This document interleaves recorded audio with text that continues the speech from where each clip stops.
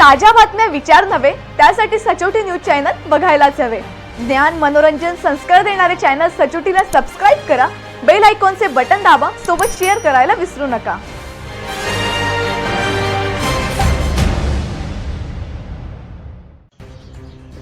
राज्यात गाजत असलेल्या शालार्थ आयडी घोटाळ्याच्या तपासात विशेष तपास पथकाने एसआयटी सोमवारी मोठी कारवाई करत जळगाव जिल्ह्यातील मंत्री गिरीश महाजन समर्थक शिक्षण संस्था चालक संजय यांना सोलापूर जिल्ह्यातील नातेपुते येथून ताब्यात घेतले आहे।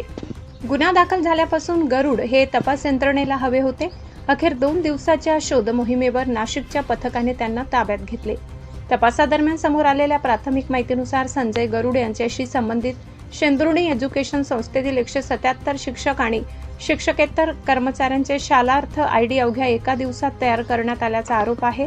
शालार्थ प्रणालीमध्ये इतक्या मोठ्या संख्येने आयडी एका दिवसात तयार होणे संशयास्पद मानले जात असून याच मुद्द्यावरून तपास यंत्रणेने सखोल चौकशी सुरू केलेली आहे। या आयडीच्या आधारे शासनाकडून वेतन अथवा इतर आर्थिक लाभ उचलण्यात आले का, निधी कोणाच्या खात्यात गेला, संबंधित कागदपत्रे आणि मंजुरीची प्रक्रिया कशी पार पडली याचा तपास एसआयटी करत आहे। या व्यवहारांद्वारे नेमका किती आर्थिक गैरव्यवहार झाला याबाबत अद्याप अधिकृत आकडा समोर आला नसला तरी तपास यंत्रणा आर्थिक व्यवहाराची तपशीलवार छाननी करत आहे। संजय गरुड यांच्या शेंद्रुणी एज्युकेशन संस्थेअंतर्गत जामनेर, पाचोरा, भडगाव आणि चोपडा या 4 तालुक्यामध्ये एकूण 15 माध्यमिक शाळा सध्या कार्यरत आहेत। शिवाय शेंद्रुणी येथे 2 कनिष्ठ महाविद्यालय, वाकोद येथे 1 कनिष्ठ महाविद्यालय आणि शेंद्रुणी येथे 1 वरिष्ठ महाविद्यालय आहे। या संस्थांची संबंधित शालार्थ नोंदी तपासाच्या केंद्रस्थानी आहेत। तपास पथकाचे सहाय्यक आयुक्त संदीप मिटके आणि वरिष्ठ पोलीस निरीक्षक रामदास शेळके यांना संजय गरुड सोलापूर परिसरात आल्याची माहिती मिळाली। त्यानंतर पथकाने 2 दिवस सोलापूर परिसरात शोध मोहीम राबविली।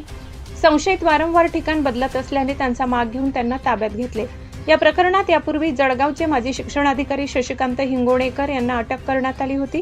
त्यानंतर आता संजय गरुड यांना ताब्यात घेण्यात आल्याने तपासाचा फोकस संस्थांमधील शालार्थ प्रक्रियेवर, आर्थिक व्यवहारांवर आणि संबंधित अधिकाऱ्यांच्या भूमिकेवर केंद्रित झालाय। संजय गरुड यांच्याकडून शालार्थ आयडी तयार करण्याची प्रक्रिया, संबंधित कागदपत्रे, मंजुरी देणारे अधिकारी, आर्थिक व्यवहार आणि अन्य संबंधित व्यक्तींबाबत माहिती मिळविण्यासाठी पोलीस न्यायालयाकडे कोठडीची मागणी करण्याची शक्यता आहे। त्यांच्या चौकशीतून घोटाळ्याची व्याप्तीबाबत महत्त्वाची माहिती मिळू शकते असा तपास अधिकाऱ्यांचा अंदाज आहे। संजय गरुड यांनी यापूर्वी 3 वेळा भाजप नेते गिरीश महाजन यांच्या विरोधात विधानसभा निवडणुका लढवल्या असून जानेवारी 2014 मध्ये त्यांनी मुंबई येथे तत्कालीन मुख्यमंत्री देवेंद्र फडणवीस यांच्या उपस्थितीत भारतीय जनता पक्षात प्रवेश केला होता। त्याआधी ते काँग्रेसमध्ये सक्रिय होते आणि काही काळ जळगाव जिल्हाध्यक्ष म्हणून त्यांनी काम पाहिले होते।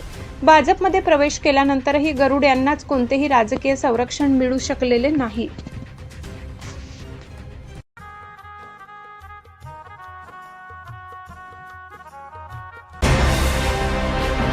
ताज्या बातम्या विचार नव्हे त्यासाठी सचोटी न्यूज चॅनल बघायलाच हवे। ज्ञान मनोरंजन संस्कार देणारे चॅनल सचोटीला सबस्क्राइब करा, बेल आयकॉनचे बटन दाबा, सोबत शेअर करायला विसरू नका।